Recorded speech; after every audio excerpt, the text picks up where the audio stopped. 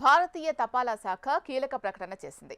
చిన్న మొత్తాల పొదుపు పథకాలైన Sukanya Samriddhi Yojana, public provident fund, national savings certificates, monthly income scheme వంటి వాటిల్లో ఇన్వెస్ట్ చేస్తున్న వారికి హెచ్చరికలు చేసింది.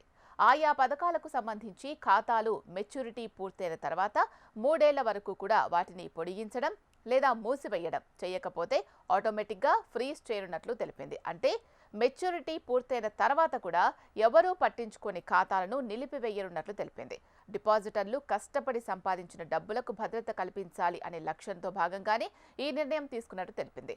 ప్రతి ఏడాది 2 సార్లు అలాంటి ఖాతాలను గుర్తించి ఫ్రీజ్ చేయాలని ఇటీవలే ఆదేశాలు జారీ చేసింది. చిన్న మొత్తాల పొదుపు పథకాల్లో టైం డిపాజిట్లు, monthly income scheme, national savings certificates, senior citizen savings scheme, Kisan Vikas Patra, national savings certificate, recurring deposit, public provident fund, Sukanya Samriddhi Yojana వంటివి ఉన్నాయి. ఒకవేళ ఆయా పథకాల మెచ్యూరిటీ పూర్తయిన తర్వాత 3 ఏళ్ల లోపు క్లోజ్ చేయడం లేదా పొడిగించడం వంటికి చేయకపోతే ఆ అకౌంట్ ఫ్రీజ్ అవుతుంది. అలా ఫ్రీజ్ అయినప్పుడు అన్ని ట్రాన్సాక్షన్స్ ఆగిపోతాయి.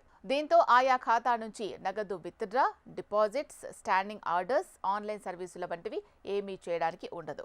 జూలై 15, 2025 రోజున ఈ ఆదేశాలు జారీ చేశారు. ప్రకారం డిపాజిటర్ల డబ్బులకు భద్రత పెంచాలి అనే చర్యల్లో భాగంగా ప్రతి ఏడాది 2 సార్లు ఈ ఫ్రీజింగ్ నిర్వహించాలని నిర్ణయించామని, ప్రతి ఏడాది జనవరి 1, జూలై 1వ తేదీల్లో మొదలై 15 రోజుల్లో ఈ ప్రాసెస్ పూర్తవుతుంది. అంటే జూన్ 30, డిసెంబర్ 31 నాటికి మెచ్యూరిటీ పూర్తయి 3 ఏళ్లు దాటిన ఖాతాను గుర్తించి ఫ్రీజ్ చేస్తారు అని పోస్టల్ విభాగం స్పష్టం చేసింది.